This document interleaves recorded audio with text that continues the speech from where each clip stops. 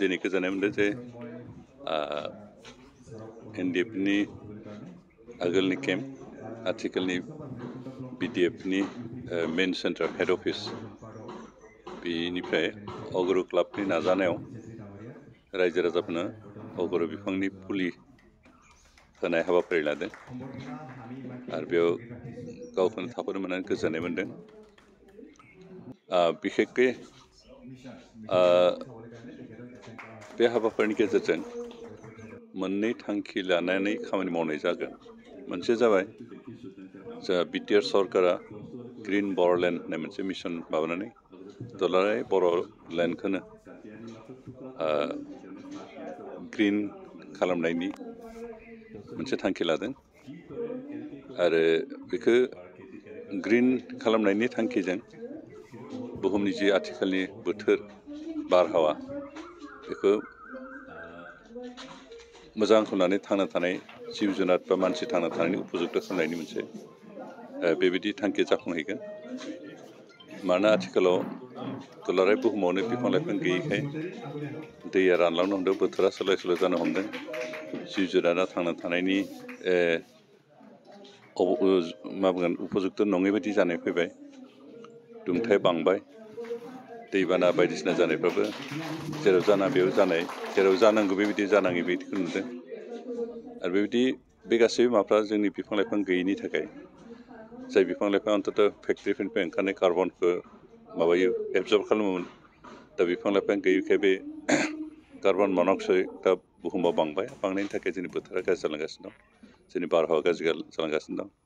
दा ग्रिन बर'लेण्ड मिशननि गेजेरजों जोंनि बिटिआर ओनसोलाव बिफां लाइफां गायनानै जोंनि बोथोरखौ सोलायहोनायनि मोनसे थांखि बेबो जाफुंगोन। लोगोसे अगरु बिफांनि जिथु रस, जिथु आथा, बे जोबोद बेसेन गोसा आरो बिनिफ्राय गोबां बेसेन गोसा बेसाद बानायनाय जायो। आरो बेबायदि अगरु डिस्ट्रिबिउसन होनायनि गेजेरजों जायफ्रा गायगोन, जायफ्रा जोथोन लागोन, बिथांमोना अन्तत रांखान्थिनि बिथिङाव गोख्रों जाहैगोन। दा बेनिखायनो जोंना बे दिनै अगरु फुलि राननायनि थांखिबो मोननैयानो।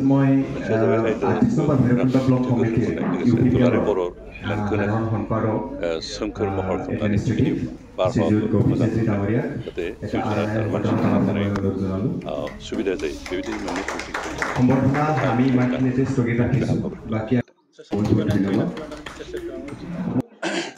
दैबाना ओरैनो एबार बिटिआर ओनसोलाव दैबाना बेबायदि जायाखै, एसे एनै खुरखादों, खिन्थु रिलिफ केम्पआव थालायनो गोनां बेबायदि जायाखै। दा एसे एनै ओरैनो जिखिनिखौ खुरखादों बेखौ वाटार रिसर्सनि गेजेरजों जिखिनिखौ हायो बिटिआर सरकारनि फान्डजों जों माबानो मावगोन, रैखा खालामनायनि हाबाफारि लागोन। आरो जेफोरखौ हास'वा बेखौ जों स्टेट गभर्नमेन्टखौ फान्ड लाबोनानै ओरैहाय माथावरि बायनाय बा लामा सामा बायस'नाय, बहाबा कालभार्ट बायनायफोरखौ रिपेयार खालामनायनि मोनसे हाबाफारि लागोन।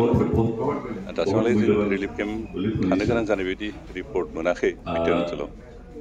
बेनिखायनो जों बेबायदि जायोबा जों नायगोन सरकारा मा खालामनो हायो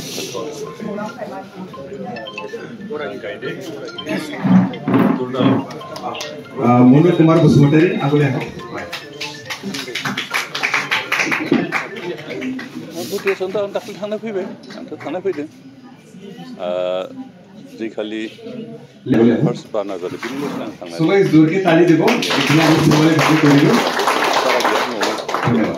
थांनाय बाराव न'खरबामोन, बिसोरहाबो दाबो थानायनि बिदि गरन्थ गैया जाना दं।